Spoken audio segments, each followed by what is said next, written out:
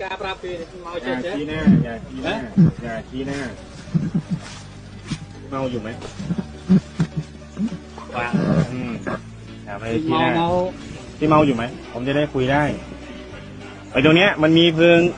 ที่คุณทำแหละท้ายแปลงเกษตรเนี่ยอนุรักษ์เข้าไปอีกนะครับแต่โจมาพอดน้องไปเจอน้องเด็ดตราเลยนะยืนเจได้นะ ใครทำให้ไปเลือก เตอปรากเนี่ยอย่า ไอ้ ชี้ห ตรา น้า ไม่คืนมาเปลี่ยนจะดีเลยนะเมาบุญเมาจะดีกาปรามีเมาชายเยอะนะ พูดอะไรพูดอะไรก็มันกำลังจะมาเป็นแบบนี้บอกก็ด้วยอย่าชี้หน้า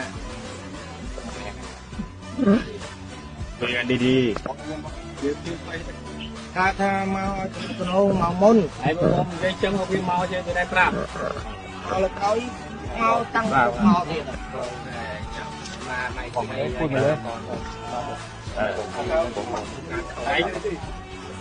อันไม่ได้ลูกลานพวกคุณน่ะลูกลานที่นี่ลูกลานประเทศไทยแล้วก็มาที่ต่างเป็นของคุณเดี๋ยวตอนนี้ไทยประท้วงไปแล้วและสิ่งที่เกิดขึ้นก็ขอให้รื้อออกตรงนั้นเครื่องพักแปลงเกษตรให้รื้อออกให้แปลงอย่าไปประกาศเปนอนอีกนะครับใครประกาศเปให้รื้อออก